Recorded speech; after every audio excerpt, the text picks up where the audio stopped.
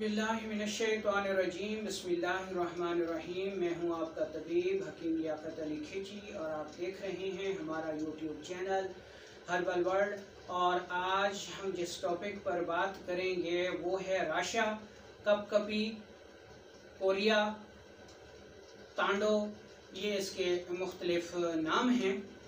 और इसके ऊपर वीडियोस बनाने के लिए बहुत ज़्यादा फरमाइश की गई है, ख़ास तौर पर अतिबाए कराम ने, कि इसके असबाब, अलामात, पैथोलॉजी और असूल इलाज बताया जाए और ये बताया जाए कि ये मर्ज़ किस तहरीक का है और किस तहरीक में इसका इलाज होना चाहिए। तो अपने टॉपिक की तरफ बढ़ने से पहले आपसे गुजारिश है कि अगर आपने हमारा ये चैनल सब्सक्राइब नहीं किया तो जल्दी से इसे सब्सक्राइब कर लें और साथ लगे घंटी के बटन को भी दबा दें ताकि तिब सेहत के मौजू पर हर नई आने वाली वीडियो आपको सबसे पहले मिल सके। तो दोस्तों चलते हैं अपने टॉपिक की तरफ।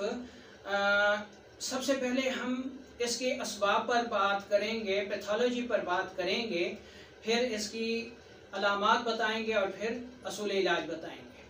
तो दोस्तों इंसानी जिस्म एक मशीन की तरह काम करती है जिसको अल्लाह ताला ने बेहतरीन कवाम पर पैदा किया है।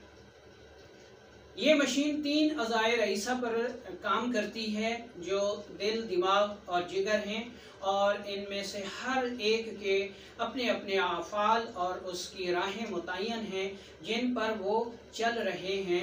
जब ये अपनी मुतय्यन करदा राहों पर चलते रहते हैं जिसमें कोई मर्ज़ पैदा नहीं होता, जब ये अपनी हदूद से तजावुज़ करते हैं तो फिर इंसानी जिस्म में मर्ज़ पैदा हो जाता है।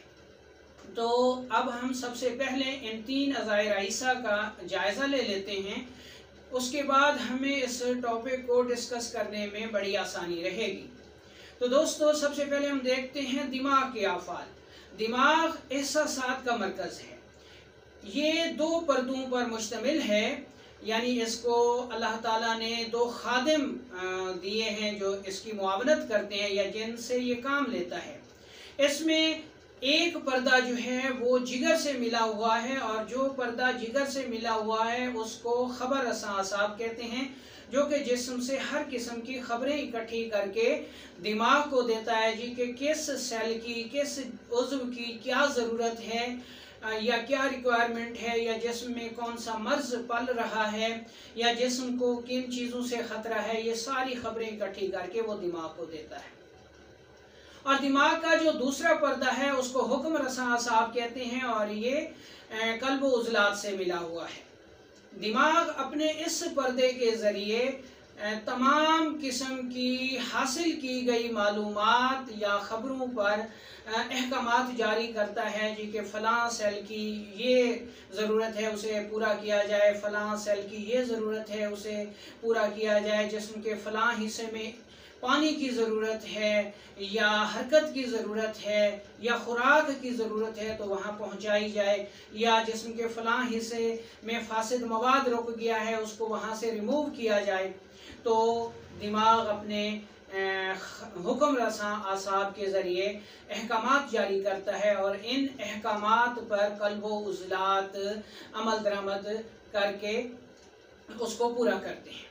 इसी तरह अगर कल्ब उज़लात को देखा जाए तो कल्ब उज़लात भी कल्ब भी एक उज़्व रईस है और इसको भी 2 खादिम अज़ा दिए गए हैं।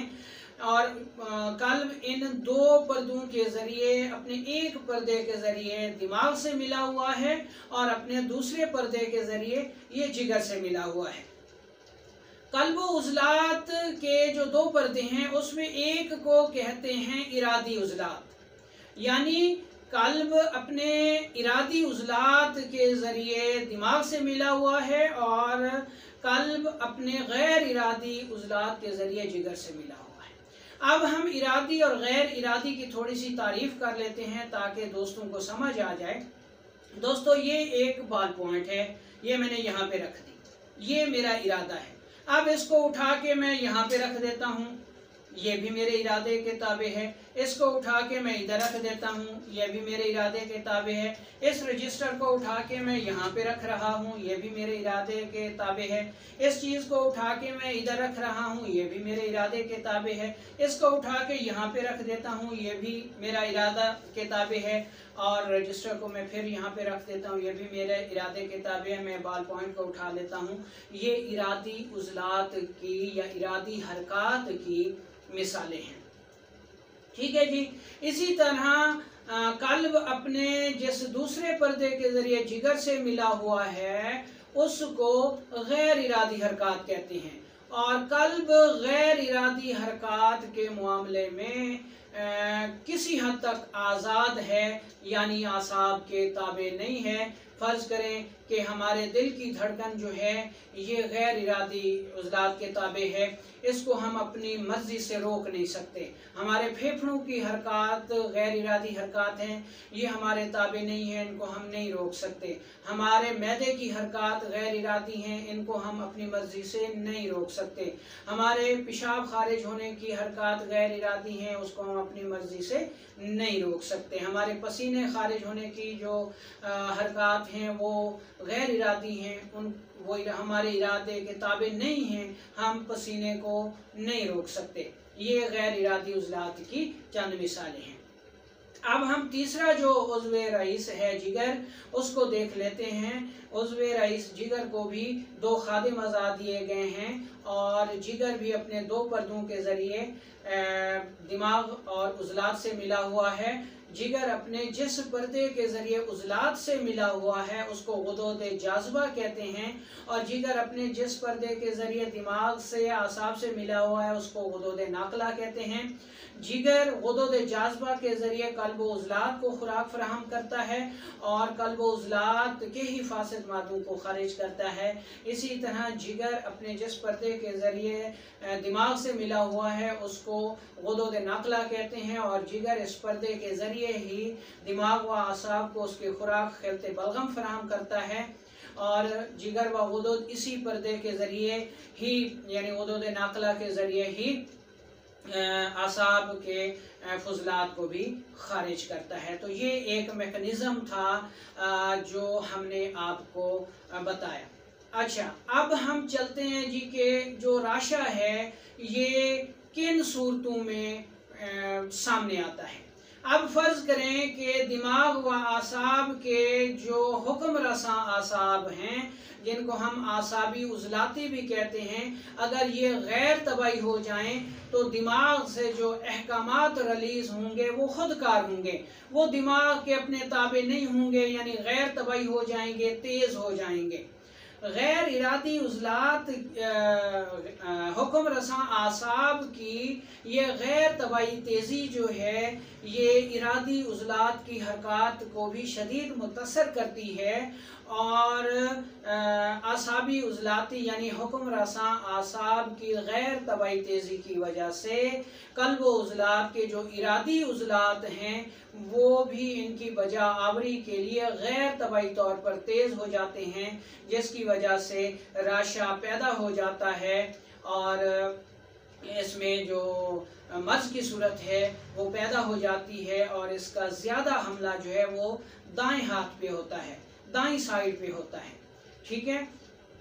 इसकी अलामात को अगर देखा जाए तो पेशाब सफ़ेद रंग का आता है, मिकदार में ज़्यादा आता है, बलगमी अलामात होती हैं, बहने वाला नज़ला होता है, आसाबी तबखीर मैदा की शिकायत होती हैं, पेट में कीड़े भी हो सकते हैं, जिसकी वजह से ये राशा का जो मसला है ये आसाबी उज़लाती तहरीक में सामने आता है। अब आता है असूल इलाज के इसका इलाज क्या है। तो इसका इलाज ये है जी कि जो रतूबात का गैर फितरी अखराज तेज़ी से जारी है आसाबी उज़लाती तहरीक में, उसको रोका जाए। तो उसको रोकने के लिए हम उज़लाती आसाबी ग़िज़ा, दवा और माहौल फराहम करेंगे तो आसाबी उज़लाती तहरीक जो है वो उज़लाती आसाबी तहरीक में बदलते ही ये जो राशा है ये ठीक हो जाएगा। तो इस सूरत में हमें जो ग़िज़ा खानी है यानी असाबी उज़लाती तहरीक में, वो उज़लाती असाबी से उज़लाती ग़ुदी ग़िज़ा खानी चाहिए, प्रोटीन वाली ग़िज़ा खानी चाहिए। ये सारी ग़िज़ा मैंने डिस्क्रिप्शन में दे दी है, आपको वहाँ से मिल जाएगी। दवा के तौर पे आपने मुरब्बा आमला, मुरब्बा हरड़, मुरब्बा सेब इस्तेमाल करना है। भुने हुए चने 20 अदद, किशमिश 20 अदद, इंजीर 10 अदद, सुबह दोपहर शाम आपने ये खानी है। लौंग, दालचीनी का कहवा आपने इस्तेमाल करना है। कुछ ही अरसे में इंशाअल्लाह ताला इस राशा से जो असाबी उज़लाती तहरीक की वजह से वक़ूफ़ पज़ीर हुआ था वो ठीक हो जाएगा। अब हम चलते हैं इसकी दूसरी किस्म की तरफ, लेकिन इससे पहले अतिबा कराम के लिए ये बता दूं कि असाबी उज़लाती का इलाज उन्होंने उज़लाती असाबी अद्वियात से करना है। हिस्ब ज़रूरत उज़लाती ग़ुदी अद्वियात भी दे सकते हैं और इंतहाई एमरजेंसी की सूरत में ग़ुदी उज़लाती अद्वियात तक भी असूल इलाज चला जाता है। ये तयन करना मुआलिज का काम है कि इस वक्त मरीज़ को किस तहरीक की दवा की ज़रूरत है। इसी तरह अब हम चलते हैं जी उज़लाती असाबी तहरीक में। राशा उज़लाती असाबी तहरीक जो है वो इरादी उज़लात की तहरीक है, यानी ये तहरीकें जो हैं, जैसे मैंने कहा कि मैंने बाल पॉइंट को यहाँ रखा, ये मेरे इरादे के ताबे है, इसको मैंने यहाँ रखा, ये मेरे इरादे के ताबे है, ये इरादी उज़लात से मुमकिन होता है। अब अगर उज़लाती असाबी तहरीक गैर तबाही हो जाती है तो हमारे इरादी उज़लात जो है वो इंतहाई तेज़ हो जाते हैं और उनकी हरकत जो है अनकंट्रोल्ड हो जाती हैं, हमारे इख्तियार से बाहर हो जाती हैं। जैसे कि मैं ये उठा रहा हूँ तो ऐसे मेरा हाथ जो है वो कांप रहा, यानी ये उज़लाती असाबी तहरीक की इंतहाई तेज़ी है कि ये हरकत जो हैं ये गैर तबाही हो गई, यानी ये राशे की शक्ल है कि ये उज़लाती असाबी हरकत यानी इरादी हरकत इंतहाई तेज़ हो गई हैं। ये उज़लाती असाबी तहरीक की वजह से होता है। इसकी दूसरी अलामात में गैस शदीद होती है, कब्ज़ शदीद होती है, पेशाब मिक़दार में कम आता है, सफ़ेदी माइल आता है, पेट में कीड़े भी पैदा हो जाते हैं जो कि उज़लाती मिजाज के होते हैं, नींद कम हो जाती है और हरकत जो हैं वो इंतहाई तेज़ हो जाती हैं। बाज़ औक़ात पूरा जिस्म भी कांपना शुरू हो जाता है, बाज़ औक़ात जिस्म के गोश्त का कोई हिस्सा खुद ब खुद हरकत करता है। तो ये उज़लाती असाबी तहरीक है और उज़लाती असाबी तहरीक में आपने सारी प्रोटीन बंद कर देनी है और फैट्स इस्तेमाल करनी है। फैट्स वाली ग़िज़ाएँ कौन सी हैं वो मैंने डिस्क्रिप्शन में दे दी हैं, आपको मिल जाएंगी। दवा के तौर पे आपने क्या करना है जी, आपने अजवैन, देसी पुदीना, अदरक का कहवा इस्तेमाल करना है। मुरब्बा आम इस्तेमाल कर सकते हैं, मुरब्बा अदरक इस्तेमाल करें। जो चीज़ इसमें बहुत ज़्यादा फ़ायदा करती है और दूसरी सूरत में ये देखें कि हकीकी सूरत में ये मर्ज़ उज़लाती असाबी तहरीक में आता है और इसका इलाज जो है वो उज़लाती ग़ुदी में हब साबिर है, मुकव्विया ख़ास है, तेज़पात है। और इसी तरह यानी अगर उज़लाती असाबी तहरीक है तो उज़लाती ग़ुदी इलाज आप दे सकते हैं। बाज़ औक़ात ग़ुदी उज़लाती सूरतों में भी जाके इलाज करना पड़ता है। अगर आप को उज़लाती ग़ुदी यानी कीमियाई और मशीनी तहरीक की समझ नहीं आती तो आप इसको उज़लाती मर्ज़ तस्वुर कर लें और ग़ुदी इलाज दे दें। ग़ुदी इलाज में जो सबसे बेहतरीन नुस्खा इसमें साबित होता है वो अजवैन देसी 20 ग्राम है, तेज़पात 20 ग्राम है, राई सुर्ख 20 ग्राम है और गंधा कामला 60 ग्राम है। सबको इंतहाई बारीक पाउडर कर लें और चम्मच का चौथाई हिस्सा सादा पानी के साथ सुबह दोपहर शाम इस्तेमाल करें। 2 से 3 माह तक इस्तेमाल करना पड़ता है। ग़िज़ा जो है उसको भी दुरुस्त करना पड़ता है तो तब जाके ये मर्ज़ जो है वो दूर हो जाता है। तो ये राशा की दूसरी किस्म थी।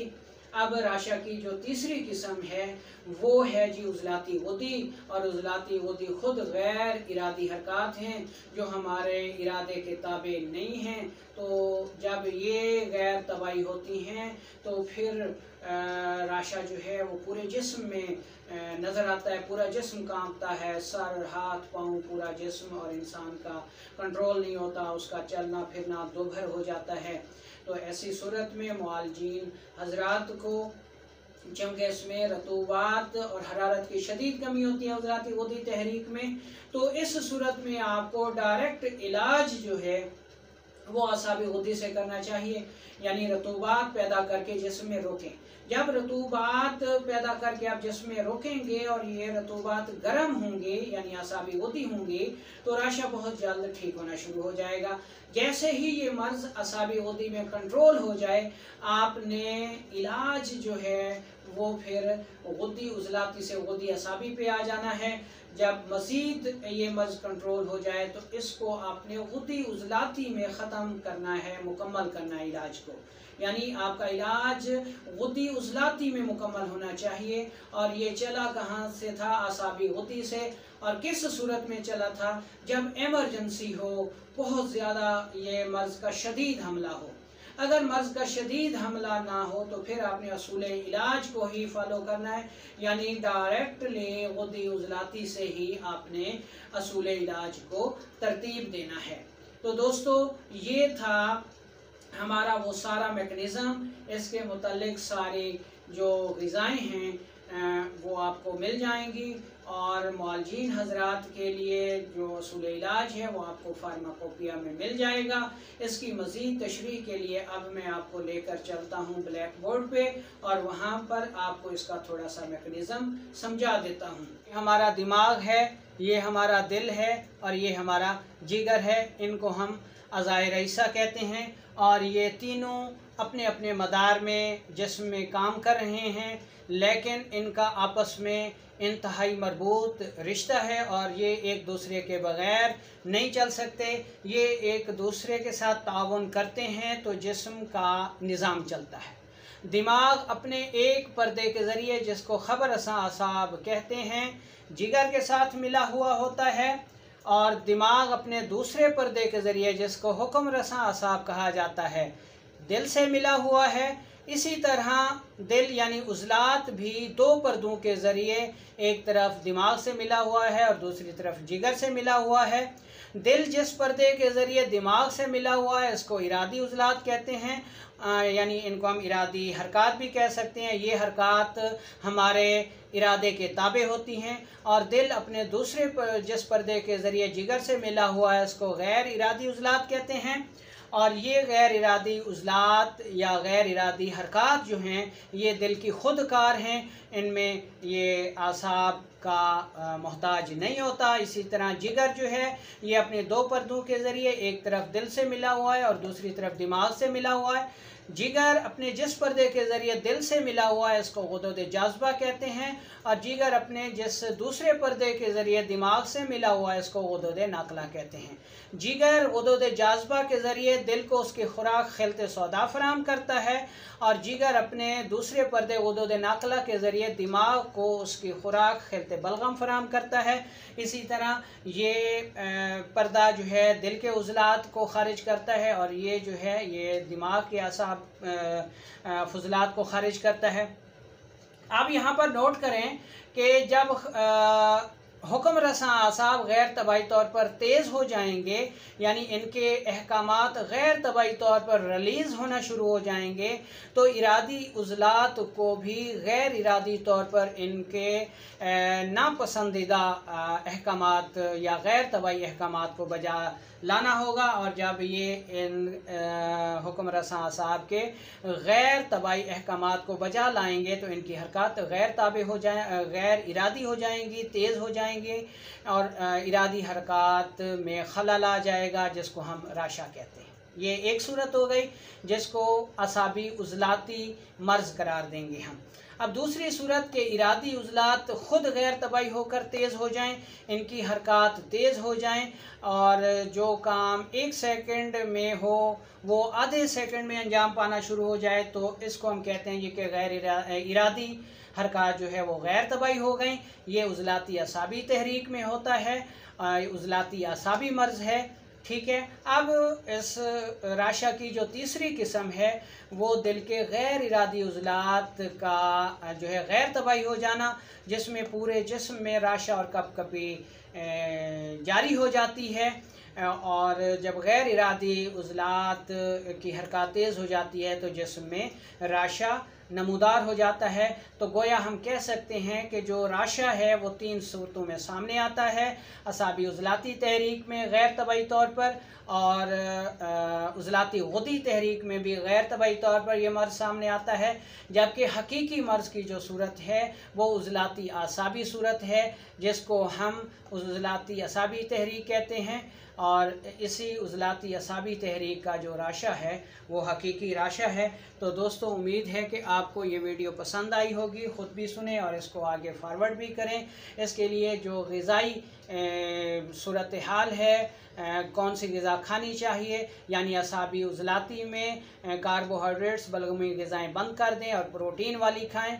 गुद्दी उज़लाती असाबी तहरीक में प्रोटीन बंद करके फ़ैट से इस्तेमाल करें, और उज़लाती गुद्दी में जो है वो आप कार्बोहाइड्रेट्स और फैट्स को मिला के भी खा सकते हैं, या फिर मुआलिज को जिस की ग़िज़ा की ज़रूरत होगी वो वही ग़िज़ा अपने मरीज़ों को तजवीज़ कर सकते हैं।